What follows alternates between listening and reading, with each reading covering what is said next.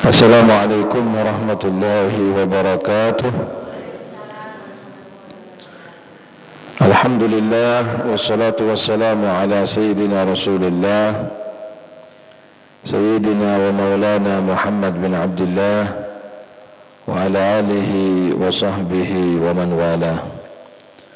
Wala hawla wala quwwata illa billah. Rabbi shrah li sadri wa yassir li amri wa hlul 'uqdatam min lisani yafqahu qawli. Amma ba'du. Ma'asyiral hadirin wal hadirat rahimakumullah.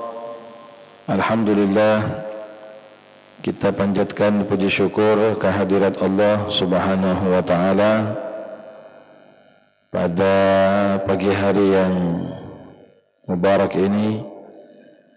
Kita dikumpulkan kembali oleh Allah Subhanahu wa taala di dalam pengajian kita, majelis ta'lim kita di Masjid Al-Ansar yang kita cintai, yang kita banggakan. Mudah-mudahan Allah Subhanahu wa taala memberikan istiqomah kepada kita semuanya. Amin ya rabbal alamin. Para jamaah hadirin wal hadirat yang dirahmati Allah, melanjutkan kajian kitab Muhammad Al-Insanul Kamil, yaitu fasal kamalu adabihi al-ammah, bagaimana kebiasaan beliau secara umum, ya. Ila anqal wa kanat yaminu Rasulullah sallallahu alaihi wasallam la wa muqallibal qulub. Wa kana yaqulu aidan walladhi nafsi biyadihi wa taratan yaqul la wa astaghfirullah. Kebiasaan Rasulullah itu diantaranya apabila beliau bersumpah, ya, beliau bersumpah, beliau mengatakan la wa muqallibil qulub, ya, tidak demi Allah yang membolak-balikkan hati, ya. Atau beliau mengatakan walladzi nafsi biyadihi, demi Allah yang jiwaku ada di genggamannya. Nah, ini salah satu bentuk sumpah, ya. Jadi sumpah itu memakai huruful qasam, memakai huruf-huruf sumpah. Nah, dalam nahu, huruf sumpah itu ada 3, al-wawu wal ba wat ta. Wawu, ba dan ta. Jadi bisa orang sumpah wallahi, ya, atau billahi atau tallahi, ya. Jadi wallahi pakai wawu atau pakai ba, billahi atau pakai ta, tallahi, ya. Itu namanya huruful qasam, huruf-huruf sumpah, ya. Akan menjadi sah sumpah seseorang apabila menggunakan huruf sumpah tadi itu, wallahi, ya, demi Allah. Makanya sebagian ulama mengatakan ini sumpah-sumpah pejabat itu pada umumnya itu secara hukum Islam tidak sah. Loh, kenapa? Karena tidak ada kalimat wallahi. Mestinya dibaca dulu wallahi baru diterjemahkan gitu loh, demi Allah. Nah, kalau hukum harus ada kalimat wallahi. Paham ya? Nah, makanya ya mungkin mereka karena meremehkan juga itu, ya, sumpahnya, ya tetap aja ada yang korupsi. Tetap aja ada yang merugikan negara, padahal sudah mengatakan demi Allah. Ya. Jadi apabila ada pelantikan pejabat, ya, itu hendaknya kalau bersumpah wallahi dulu, wallahi demi Allah saya, nah gitu ya, berjanji, ya. Itu baru sah menurut agama, menurut syariat. Okay. Nah, jadi sumpahnya Rasulullah diantaranya beliau mengatakan walladzi nafsi biyadihi, demi Allah yang jiwaku berada di genggamannya. Ya. Dan kadang-kadang beliau berkata la wa astaghfirullah, ya, tidak astaghfirullah wa astaghfirullah, aku beristighfar kepada Allah. Ini apa namanya, sebagian, ya, sebagian kebiasaan beliau apabila bersumpah. Para jamaah yang dirahmati Allah, ini berkaitan dengan masalah sumpah, ya. Kalau kita itu tidak mendesak betul, ya, tidak mendesak betul, tidak usahlah kita ini sumpah. Paham gak? Sedikit-sedikit, wallahi, demi Allah, apa ini? Kok nama Allah Ta'ala kayak dipakai? Iya, dipakai untuk sesuatu yang kadang-kadang sepele. Ini siapa ini punya sandal ini? Wallahi punya saya ini. Loh, nggak ada apa kok urusan sandal itu lo pakai nama Allah, wallahi, sumpah barang. Tidak perlu, ya. Ada orang tanya, ini sandalnya siapa? Oh, sandal saya. Kan sudah gitu tok. Sandal saya, selesai. Jual beli. Saya jual sarung. Saya jual baju takwa. Sudah. Kita mengatakan kepada pembeli, ini sarung merek Atlas, harganya sekian. Yang Madimor harganya sekian. Sudah kan? Nanti orang nawar. Masa saya perlu sumpah? Wallahi ini Atlas ini. Wallahi ini Wadimur. Loh, tak perlu kan hadirin? Tak usahlah. Nama Allah dipakai untuk sesuatu yang kecil. Ya. Makanya Imam Syafi'i mengatakan, saya ini, kata Imam Syafi'i, tak pernah bersumpah dengan nama Allah. Artinya takut Allah yang maha besar, lalu namanya dipakai untuk sesuatu yang kecil gitu, ya. Kecuali apabila kita menjadi saksi, ya kan? Nah, itu kan disumpah oleh hakim. Baru, wallahi, saya sebagai saksi, saya akan menerangkan sebenar-benarnya. Loh, itu baru. Nah, jual beli pakai wallahi itu apa? Ya, saya ingin meyakinkan pembeli bahwa ini benar-benar kayunya kayu jati. Tidak usah pakai sumpah, ada apa sih? Ya, kita bilang aja, ini kayunya kayu jati. Nah, kalau panjenengan tidak percaya, monggo diperiksa sendiri, gitu aja. Wallahi jati ini, waduh. Wallahi ini, sedikit-sedikit sumpah dengan nama Allah. La taj'alullaha urdatan liaimanikum. Jangan jadikan Allah Ta'ala itu main-main dalam sumpah kalian. Itu Al-Quran, ya. Al-Quran yang mengatakan demikian. Jangan jadikan nama Allah itu main-main. Apalagi na'udzubillah min dzalik, sumpah untuk kebohongan. Nah, ini loh. Paham ya? Berani dia sumpah, padahal bohong, dusta. Wallahi tadi ada yang nawar ini, nggak saya kasih itu. Padahal kalau sing nawar, nggak ada yang nawar. Wallahi ini barang ini kualitasnya nomor 1, padahal KW 10. Nah, itu loh. Nama Allah dipakai untuk main-main, untuk kebohongan. Na'udzubillah min dzalik.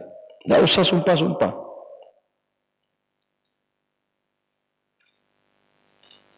Ini air putihnya mana? Biasanya ada air putih ini. Putih? Oh, belum. Enggak, air gelasan enggak apa-apa kalau ada. Minuman enggak, terserah, enggak apa-apa. Barangkali ada di dalam situ. Enggak harus air gelasan enggak.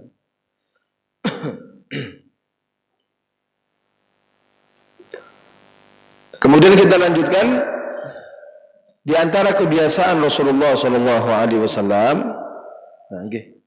Nggih. Matur suwun. Makasih.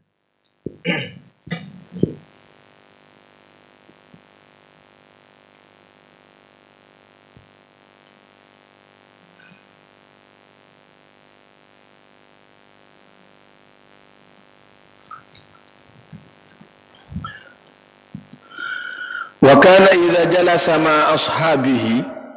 Ya, mari kita lanjutkan.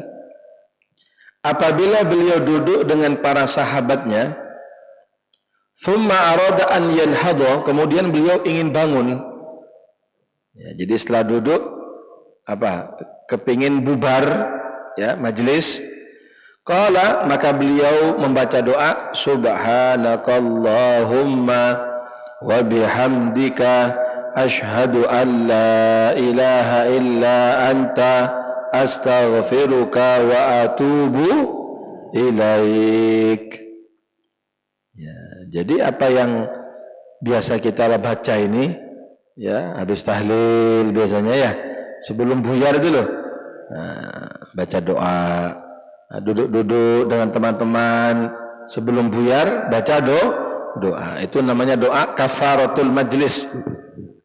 Doa kafaratul majlis.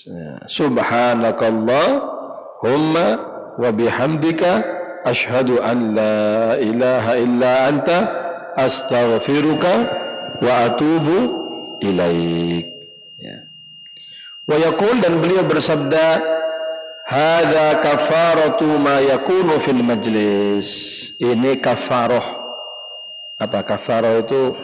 Penebus ya, apa yang ada di majlis.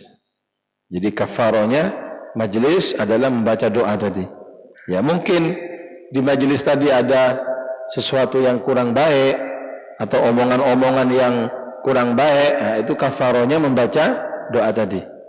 Nggih. Ya, ibu-ibu dibiasakan habis duduk-duduk ya dengan teman-teman, ya, dengan jamaah-jamaah yang lain, nah, sebelum buyar baca doa ini, subhanakallahumma wa bihamdika asyhadu an la ilaha illa anta astaghfiruka wa atubu ilaik. Ya. Kemudian biasanya ditutup dengan sholawat, nggih. Allahumma sholli ala Muhammad, Allahumma sholli alaihi. Ada yang bilang ini sholawat pembuyar majelis ini ya. Sholawat pembuyar majelis. Bukan.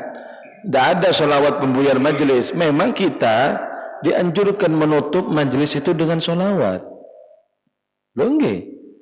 Jangan sampai duduk berkumpul tapi nggak ada sholawat. Ya.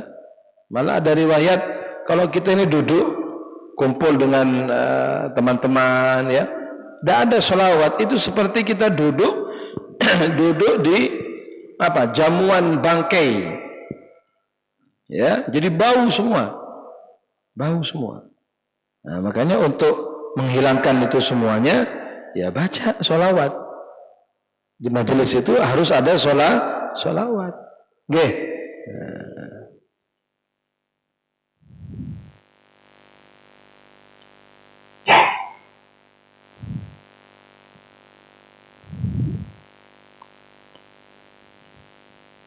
Oh, baru datang ini. Nggih.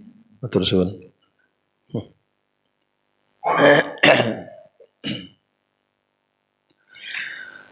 Bapak Ibu sekalian yang dirahmati Allah, doa-doa yang datang dari Nabi ini hendaknya kita amalkan betul. Ya. Nanti akan ada keterangan kebiasaan Rasulullah kalau pakai baju, ya kan? Ada doanya. Nah, kita ini berapa puluh tahun pakai baju ya tidak pernah baca doa. Nggih. Ibu-ibu ini berapa puluh tahun pakai baju pakai aja. Nah, nanti akan ada keterangannya bahwa Nabi itu pakai baju ya ada doanya. Ya. Subhanallah. Ya, kalau pakai baju itu yang kanan dulu, melepasnya yang kiri dulu. Loh, ini Semuanya merupakan ajaran Nabi Muhammad SAW. Apapun yang datang dari Nabi itu berarti sunnah, kan begitu? Nggih.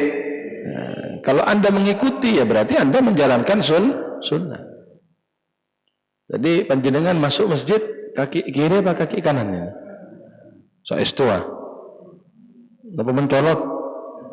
Nah, iya kan? Jadi sebetulnya enggak sepele. Masuk masjid kaki kanan itu bukan hal yang sepele. Ini sunnah. Sunnah itu pahala. Ngoten loh. Nanti keluar masjid kaki apa ini? Loh, keluar masjid kanan apa kiri? Oh, kiri ya. Kalau masuk kamar mandi masuknya kiri ya. Keluarnya oh, kanan.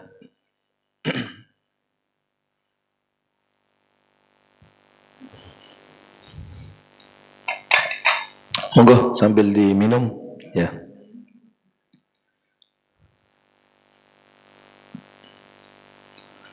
Ya Allah.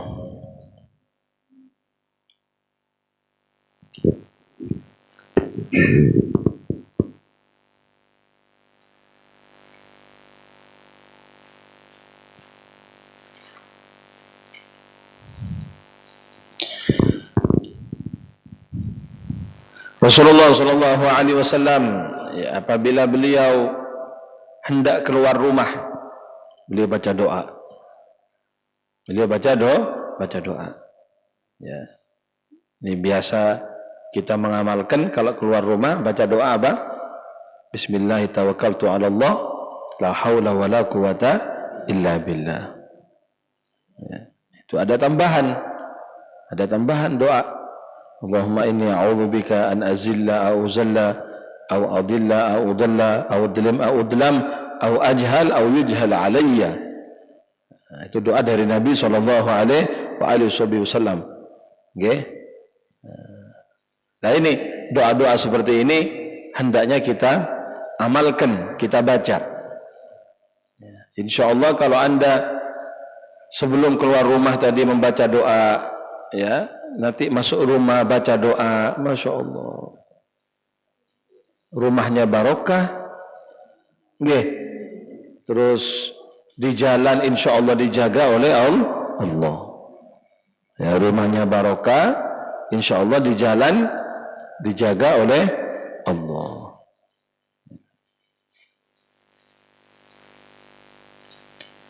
Beliau di antara kebiasaannya, ya, kalau mau tidur baca doa, begitu ya. Nah, itu doa yang sering kita baca apa? Bismikallahumma ahya wa amut, ya. Atau bismikallahumma ahya wa bismika amut. Itu kan doa yang pendek. Nah, doa yang panjang ada. Nabi membaca akhir daripada surat Ali Imran sebelum tidur itu.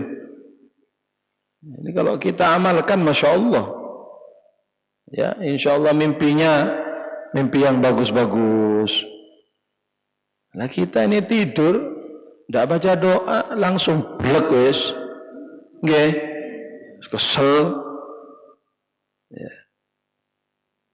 Justru Rasulullah itu mengajarkan, Sayyidina Ali mengajarkan Siti Fatimah, mau tidur itu baca Subhanallah 33, Alhamdulillah 33, Allahu Akbar 33, kayak orang habis sholat itu. Ya. Nah, orang kalau tidak ngerti kan, oh, katanya turu kok, apa ini dok mau sholat ini, mau tidur kok baca Subhanallah. Nah, makanya belajar biar tahu.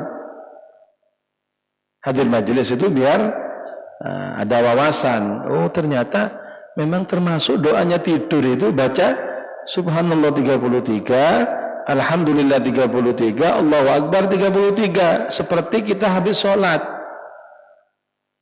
Tapi apakah Anda mengamalkan ini? Halo? Loh, saya tanya, apakah kita mengamalkan itu? Boten.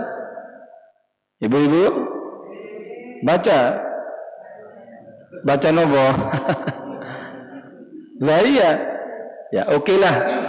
Minimal kita membaca doa yang biasa kita baca. Bismikallahumma ahya wa bismika amut. Ada sebagian ulama menambahi. Hendaknya kita sebelum tidur itu baca 2 kalimat syahadat. Asyhadu an la ilaha illallah wa asyhadu anna Muhammadan Rasulullah. Apa tujuannya? Ya, barangkali mudah-mudahan panjang umur ya. Kita meninggal waktu tidur itu berarti sebelum tidur kita sudah baca 2 kalimat syahadat. Ngerti loh.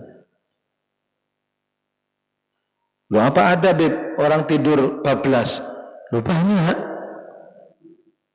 Ya pernah nggak dengar panjenengan orang tidur terus tidak bangun lagi? Nah kalau kita sebelum tidur baca doa, apalagi ambil wudhu dulu, ya ambil wudhu, baca doa, baca syahadatain, artinya insya Allah suci gitu loh, bersih. Ya, maka dianjurkan, sangat dianjurkan sebelum tidur, sangat dianjurkan untuk membaca 2 kalimat syahadat. Asyhadu an la ilaha illallah wa asyhadu anna Muhammadan Rasulullah. Nah, jadi supaya apa? Ya tadi itu. Barangkali meninggal, nah kita sudah membaca 2 kalimat syahadat. Ya, alhamdulillah. Ya apa, Mas? Ya apa tadi? Ya boleh. Ya suratul Ikhlas 3 kali dan Al-Falaq, An-Nas. Ya boleh. Ya. Waduh, ini situ tahlilan ini karena. Wes. Tidak apa-apa, kita ini mengamalkan, nggih, mengamalkan. Kalau mau ditambah lagi kata ulama sebelum tidur baca Bismillahirrahmanirrahim 21 kali. Bismillahirrahmanirrahim. Insyaallah ya kalau kita baca Bismillahirrahmanirrahim tadi 21 kali sebelum tidur akan dijaga oleh Allah ya rumahnya ya dan orang-orang yang di dalamnya ya dari apa minas sarok pencurian wal gharaq tenggelam wal haraq terbakar. Nah ini insyaallah dijaga ya monggo. Cek akeh nih cek banyaknya tadi berapa macam sudah itu. Tidak apa-apa kita amalkan, amalkan okay. Makanya apa ya Rasulullah itu sudah semua disampaikan oleh Rasulullah itu. Ya, tidak ada yang luput itu, tidak ada. Semuanya sudah Nabi sampaikan kepada kita. Cuma kitanya ini tergantung mau atau tidak gitu loh. Ayo, Anda nyari doa apa coba? Mau minta doa apa? Semuanya ada. Jadi Nabi itu meninggalkan kita sudah sempurna kita ini. Islam ini sudah sempurna. Anda minta doa apa? Anda mencari doa apa? Ada semua. Ya, Rasulullah mengajarkan kepada kita. Cuma kitanya ini sekarang mau ngamalkan apa enggak gitu loh. Anda mau baca apa enggak doa itu? Ya. Kalau Anda ingin lebih luas ya tentang doa-doa tadi silahkan silahkan Anda baca kitab Al-Adhkar karangan Imam An-Nawawi radhiyallahu anhu. Itu komplit semuanya itu. Itu doa-doa dari Nabi mulai Anda mau tidur, mulai Anda bangun tidur sampai mau tidur. Ada semua. Cuma itulah seperti saya katakan orang zaman sekarang ini semangatnya itu loh untuk ikut Nabi itu kayak suwen gitu loh. Tulis wis. Ya maaf ya, ngapunten. Jangan tersinggung. Kalau kita tidur, tidak baca doa, tidak baca zikir, apa bedanya sama sapi? Apa bedanya sama binatang? Binatang tidur blek semari. Tangi mangan, bangun makan, itu binatang. Lah kita ini bukan binatang, kita ini umat Nabi Muhammad. Umat yang paling baik, kuntum khairu ummatin ukhrijat linnas. Artinya harus ada yang membedakan antara kita dengan makhluk yang lain. Nah, makanya Nabi mengajarkan doa, zikir, ya. Kita hadir pengajian, kita punya ilmu agama, kita punya ilmu syariat. Inilah yang membanggakan Nabi Muhammad. Ya, ini yang membedakan kita dengan makhluk yang lain itu. Na'udzubillah min dzalik. Kalau kita hidup ini mangan, turu, nanjeding, mangan maneh, turu maneh, apa bedanya dengan sapi? Dibilang sapi ngamuk nanti ya. Ngawur ya aku menungso. Lah iya, kalau menungso, kalau mengaku manusia, sholat. Betul apa enggak? Kalau mengaku umatnya Nabi, sholat. Kalau orang enggak sholat dibilang sapi, jangan ngamuk. Ngaku manusia kok dibilang sapi. Sapi sholat apa enggak? Enggak, sama sapi enggak sholat. Ayo. Ojo pegel. Nggih apa nggih? Ya iya. Disuruh hadir maulid, majelis selawat, emoh. Disuruh ibadah kepada Allah, tidak mau. Apa kerjaannya? Ya sudah, makan, tidur, makan lagi, tidur lagi, ke kamar mandi. Ya apa bedanya dengan sapi tadi itu? Subhanallah. Dibilang sapi tidak mau. Ya sholat toh, ibadah kepada Allah. Ya. Anda jangan tersinggung. Allah Ta'ala lebih lagi dalam Al-Quran mengatakan, kalau Allah Ta'ala, ulaika kal an'am balhum adall. Allah sendiri mengatakan merekalah orang-orang itu seperti binatang, kata Allah. Balhum adall, lebih lagi dari binatang. Ya Allah. Kalau yang ngomong saya, Anda misalnya tersinggung. Kalau Allah Ta'ala yang ngomong, Allah yang mengatakan bahwa orang seperti itu, kata Allah, kal an'am, sama seperti binatang. Sama dengan sapi, sama dengan kambing. Balhum adall, kata Allah, bahkan lebih sesat daripada binatang. Kenapa? Binatang karuan tidak punya akal. Binatang karuan tidak punya pemikiran. Lah kita kan punya akal. Kita dikasih oleh Allah akal untuk berpikir mana yang hak, mana yang batil, mana yang halal, mana yang haram. Ya sapi memang tidak sholat, mana ada sapi sholat? Gimana bang? Ya maaf, sapi itu atau kambing nanti walaupun kalau sudah anaknya besar ya kumpul sama ibunya, nah, jadi kambing. Masa ada pri perkambingan? Yang ada pri kemanusiaan, ya kan? Ini ya sudah, kambing. Ya. Lah apakah kita ini mau bersifat seperti itu, gitu loh? Apakah kita mau dikatakan kal an'am, seperti binatang? Kan tidak mau kita. Nah, makanya hidup di dunia ini ada visi dan misi. Hidup di dunia ini ada tujuan. Allah menciptakan kita. Wa ma khalaqtul jinna wal insa illa liya'budun. Aku tidak menciptakan jin dan manusia kecuali untuk mereka beribadah. Jadi inilah tujuan kita hidup, hadirin. Termasuk panjenengan rawuh hadir pagi hari ini pengajian. Loh, ini kan ibadah juga. Gimana nggih? Kita ini sekarang maksiat apa enggak? Enggak. Kita bukan maksiat di sini. Kita ngaji. Kita buka kitab, kita belajar agama. Ini ibadah juga, hadirin. Nah, paham ya? Nah, jadi kesian orang-orang yang tidak punya tujuan hidup itu. Ya. Urusannya dunia tok wis. Tangi turu langsung nyekel HP wis. Melek moto langsung HP. Be ono transferan tuh. Aduh.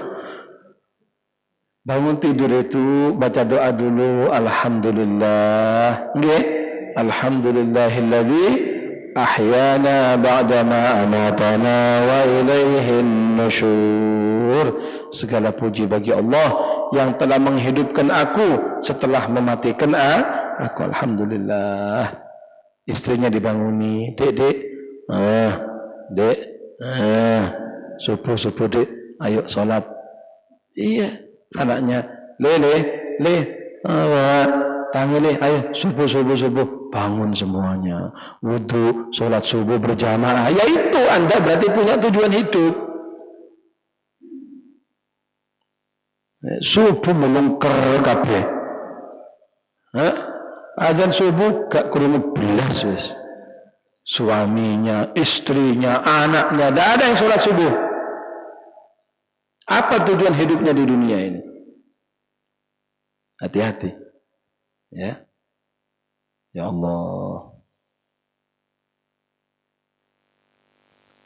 Ada cerita ya. Anda perhatikan baik-baik. Di zaman Rasulullah SAW, suatu ketika Rasulullah itu malam-malam duduk dengan para sahabat. Tiba-tiba ada seekor onta lari datang kepada Rasulullah. Terus onta itu ngomong. Ya kayak curhatlah kepada Rasulullah. Nabi mendengarkan apa yang dibicarakan oleh onta tadi itu. Setelah itu tidak lama datang seorang pemuda bawa pisau atau bawa parang. Mana onta saya? Gitu. Hanya dipanggil sama Rasulullah. Sini. Naam ya Rasulullah. Oh ini onta kamu ini. Iya ini onta saya ya Rasulullah. Mau saya sembelih saja ini. Larat dia, lari dari saya. Maksudnya keluar kandang gitu loh. Mau saya sembelih saja. Anak muda, kamu tahu nggak kenapa onta kamu lari dari kamu? Ngerti nggak kamu? Tahu nggak kamu alasannya kenapa onta kamu ini lari dari kamu? Nggak tahu ya Rasulullah. Ini onta kamu tadi bilang sama saya, kamu suka mengakhirkan sholat isya. Kamu suka mengakhirkan sholat isya. Ini onta takut, tidak mau dekat sama kamu. Dia takut turun azab, kena juga. Gara-gara kamu mengakhirkan. Bukan tidak sholat loh Pak. Bukan tidak sholat loh ya. Mengakhirkan. Ngenteng no. Gampang. Gak sholat isya. Engkau aja jam 8, gampang. Nanti engkau aja jam 10, gampang. Engkau jam 12, gampang. Akhirnya bablas. Itu. Binatang, onta, tidak mau dekat dengan orang yang mengakhirkan, bukan tidak sholat ya, mengakhirkan. Karena takut turun azab, onta itu kena juga, maka dia lari. Rasulullah mengatakan kepada anak muda tadi, kepada pemuda tadi, kalau kamu janji, kamu jangan mengakhirkan sholat, bawa onta kamu. Silakan dibawa. Akhirnya pemuda tadi, ya Rasulullah, saya janji saya akan menjaga sholat saya. Ya silakan. Nah, artinya apa? Perhatikan para jamaah. Kalau binatang saja takut dekat dengan orang yang mengakhirkan sholat, apalagi yang tidak sholat, gitu loh. Paham ya? Paham? Lah kita di rumah kita ini kadang-kadang anak kita tidak sholat kita biarkan. Kan lebih nemen lagi. Tidak sholat loh. Gak apa-apa seakan. Ini baru pulang sekolah capek, kesel. Lo kan belum zuhur, gak apa-apa kok ae wis. Lo Anda kok mau? Nggih, Bapak Ibu, Anda kok mau kok tega tinggal satu rumah dengan orang yang tidak sholat? Apalagi kalau satu keluarga semuanya belas wis los lah tidak sholat belas wis. Ya Allah. Nah itu yang saya bilang tidak punya tujuan hidup. Ya. Jadi urusannya dunia, wis pokoknya dunia tok wis, tangi turu donya, kate turu donya. Anda lihat orang seperti itu nanti matinya dalam keadaan mencari dunia. Matinya dalam keadaan cinta dunia. Seperti yang sudah sering diceritakan itu. Kontraktor. Namanya kontraktor kan urusannya ya bangun-bangunan itu kan. Subuh-subuh ada telepon dari mandornya itu. Halo Pak, subuh-subuh ini, belum sholat subuh ini. Iya ada Pak. Anu Pak, ternyata proyek yang di sini itu semennya habis gitu. Ini gimana ini? Kita harus cari semen pagi ini juga. Gini. Oh iya, saya berangkat. Gurung sholat subuh. Karena urusan duniawi ini, berangkat hadirin. Rupanya kan orang baru bangun tidur gak apa? Kurang apa namanya? Kurang jangkep lah nggih. Lho ya orang bangun tidur langsung kaget dah. Budal langsung nyetir mobil. Baru bangun tidur kok nyetir mobil. Ya. Akhirnya rupanya ketok tembok kok kayak mendol ngene. Tabrak jedel. Sekarat. Begitu masuk rumah sakit, keluarganya datang, termasuk teman-temannya datang. Ada satu temannya tahu ini mau mati ini. Tak talkini ya wis. Ditalkini. La ilaha illallah. Semen. Jadi. Loh. La ilaha illallah. Semen. Talkin lagi. La ilaha illallah. Semen. Mati. Ayo. Bagaimana ini? Ditalkini. La ilaha illallah. Tidak bisa. Karena yang dipikirannya dari tadi semen tok. Dunia tok. Ya akhirnya mati makan semen. Itu. Tak bisa mengucapkan kalimat thayyibah, tak bisa mengucapkan kalimat la ilaha illallah. Ya ojo nemen-nemen lah nggih. Nggih Pak nggih. Ya kerja tapi ojo nemen-nemen lah. Ini kan bapak-bapak kan kerja ini. Iya kan? Saya juga kerja, saya punya toko. Cuma ojo nemen-nemen lah. Masuk tangi subuh langsung buka toko lah lucu ya.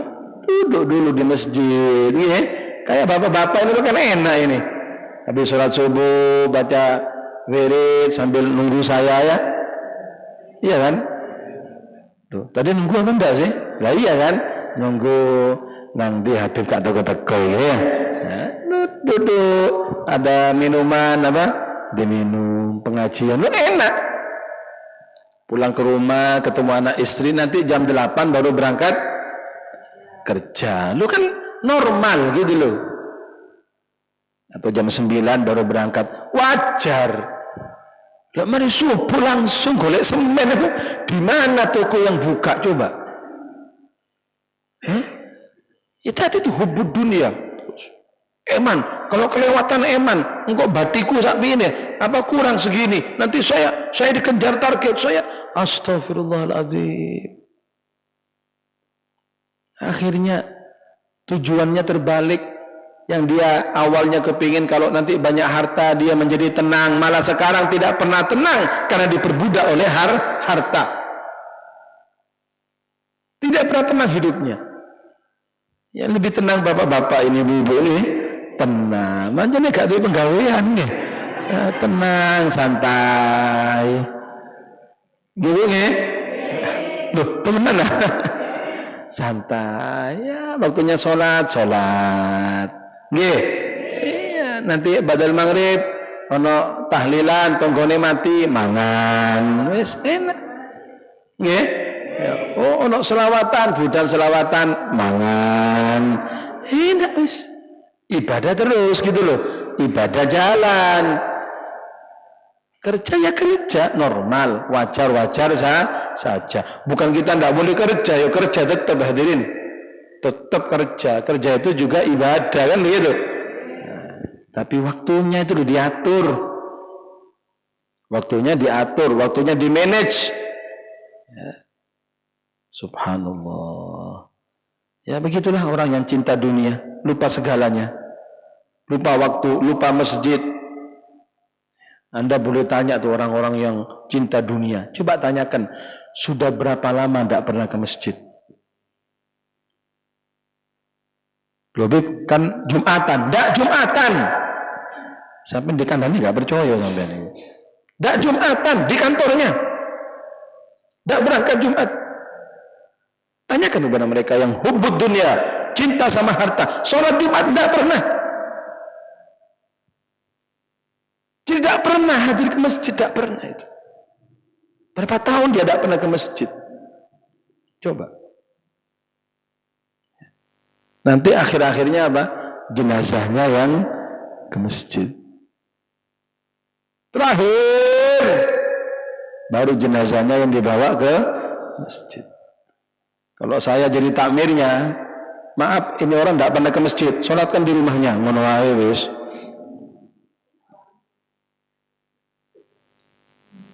Apakah harus sholat jenazah di masjid? Saya mau tanya ini. Pak, saya mau tanya, apa harus wajib sholat jenazah di masjid? Tidak. Apakah wajib sholat jenazah di musola? Tidak, wong nggak tahu nang musola kok. Wong nggak tahu nang masjid, kadang maidu nang masjid, maidu, ngaji toai. Karena ada kadang kiroat sebelum adzan loh. Berpekan aku. Apa sih masjid lagi? Pak, takmir, kalau orang itu mati jangan sholati di masjid. Jaluk turun. Ditakmirin, di Pak Salim ini. Nah ini contoh. Ini contoh misalnya. Nah, tapi kalau warga sini insya Allah mboten nggih.